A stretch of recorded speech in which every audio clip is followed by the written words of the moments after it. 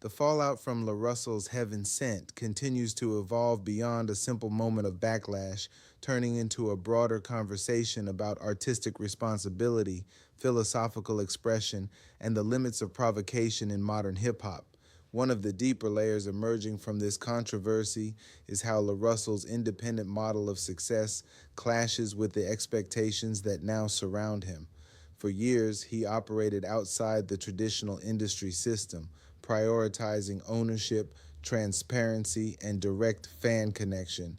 That approach gave him freedom to experiment without corporate oversight.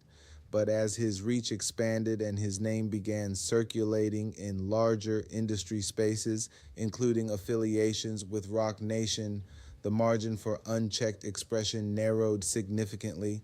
What once felt like raw honesty now carries the weight of a much larger platform. There's also a growing discussion about shock value versus substance. In hip hop history, controversial lines have often been used to provoke thought or challenge societal norms. However, critics argue that in this case, the juxtaposition of figures like Adolf Hitler and Jeffrey Epstein alongside Malcolm X and Martin Luther King Jr. didn't deepen the message, it overshadowed it. Instead of sparking nuanced dialogue, the comparison itself became the focal point, effectively drowning out whatever philosophical intent was behind it. Another important dimension is the generational divide in audience reception.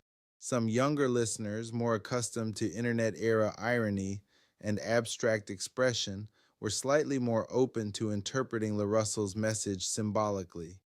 Meanwhile, older listeners and culturally rooted audiences, especially those who view figures like Malcolm X and Martin Luther King Jr. through the lens of lived struggle, responded with far stronger rejection. This split highlights how cultural memory and historical proximity shape interpretation in powerful ways. From a media perspective, the controversy also illustrates how virality compresses nuance. The original performance existed in a specific environment, a backyard setting with a core audience familiar with LaRussell's style and intent. But once clipped and circulated across platforms, it became detached from that context. In viral form, audiences don't engage with the full idea.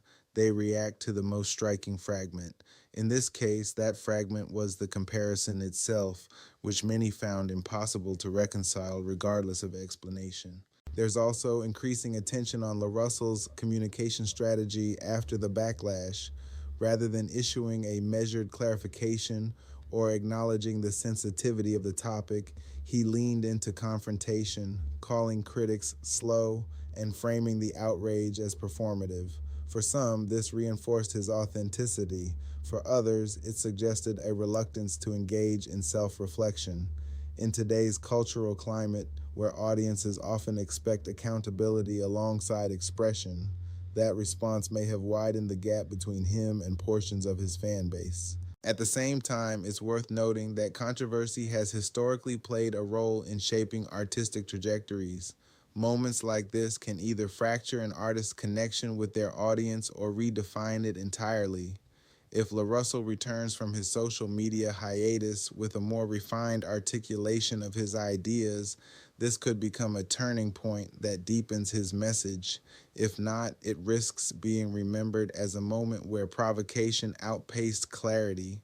There's also a philosophical question underpinning everything. Can all human existence be framed under a single moral or spiritual origin without diminishing the reality of harm? LaRussell's answer appears to be yes. Much of the public's response suggests otherwise. That tension between universalism and moral specificity is not new, but it becomes far more volatile when expressed through real names tied to real suffering. Additionally, the controversy has sparked conversation among independent artists about creative boundaries in the digital age. Without label oversight, artists have full control, but also full accountability. There's no buffer, no PR filter, no delay between thought and release. That immediacy is powerful, but it also increases the risk of ideas reaching the public before they are fully formed or carefully framed. In the end, What makes this situation resonate isn't just the lyrics themselves, it's what they reveal about the current landscape of music and communication. Audiences today are not passive, they actively interpret, challenge, and respond in real time.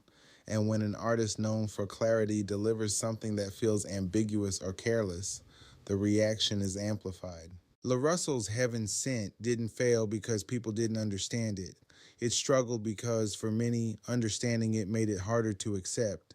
The idea may have been rooted in a broad spiritual belief, but the execution collided with history, emotion, and lived experience in a way that couldn't be easily reconciled.